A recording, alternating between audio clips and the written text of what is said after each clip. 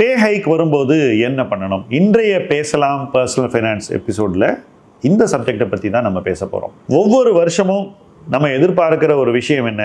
Salary ஜாப்ல இருந்தால் increment எவ்வளவு, எப்போ வரும்? இதுதான் நம்மளுடைய எதிர்பார்ப்பு. ஏன்னா ஒரு வருஷம் பூரா ஒர்க் பண்ணிட்டு அடுத்த வருஷம் இன்னும் உத்வேகத்தோடும் இன்னும் ஒரு கமிட்மெண்ட்டோடு வேலை பண்ணுறதுக்கு இந்த பே ஹைக் என்பது டெஃபினட்டாக ஒரு பெரிய டானிக்காக இருக்கும். ரொம்பவே எதிர்பார்க்கப்படுற ஒரு விஷயமும் கூட. இந்த பே ஹைக் வந்த உடனே எல்லாரும் என்ன பண்ணுறாங்க? அதுதான் ரொம்ப ரொம்ப இம்பார்ட்டன்ட் பாயிண்ட் டு டிஸ்கஸ். நிறைய பேர் பே ஹைக் வந்த உடனே முதல்ல ஃபோக்கஸ் பண்ணுறது தங்களுடைய வாழ்க்கை தரத்தை எப்படி உயர்த்தணும் அப்படிங்கிறது தான். இது தப்பா?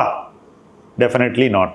வருமானம் உயரும் போது டெஃபினட்டாக வாழ்க்கை தரம் உயர வேண்டும். பட் எவ்வளவு உயர வேண்டும் என்ற இடத்துல தான் சிக்கல் வருது. இப்போ ஒருத்தருக்கு ஒரு 10லேருந்து 20% பே ஹைக் வருதுன்னு வச்சுக்கோங்க. அதில் எவ்வளவு பணம் வாழ்க்கை தரத்தை உயர்த்துவதற்கு போக வேண்டும் என்ற ஒரு கால்குலேஷன் இருக்கணும். எனக்கு தெரிஞ்சு நம்மில் பலர் அந்த கால்குலேஷனை பண்றதே இல்லை. நம்ம கிட்ட தான் இப்போ எக்ஸ்ட்ரா பணம் இருக்கு, விருப்பம் போல இருப்போம், ஏன் கவலைப்படணும் அப்படின்ற ஒரு மைண்ட் செட் உடனே வந்துடுது.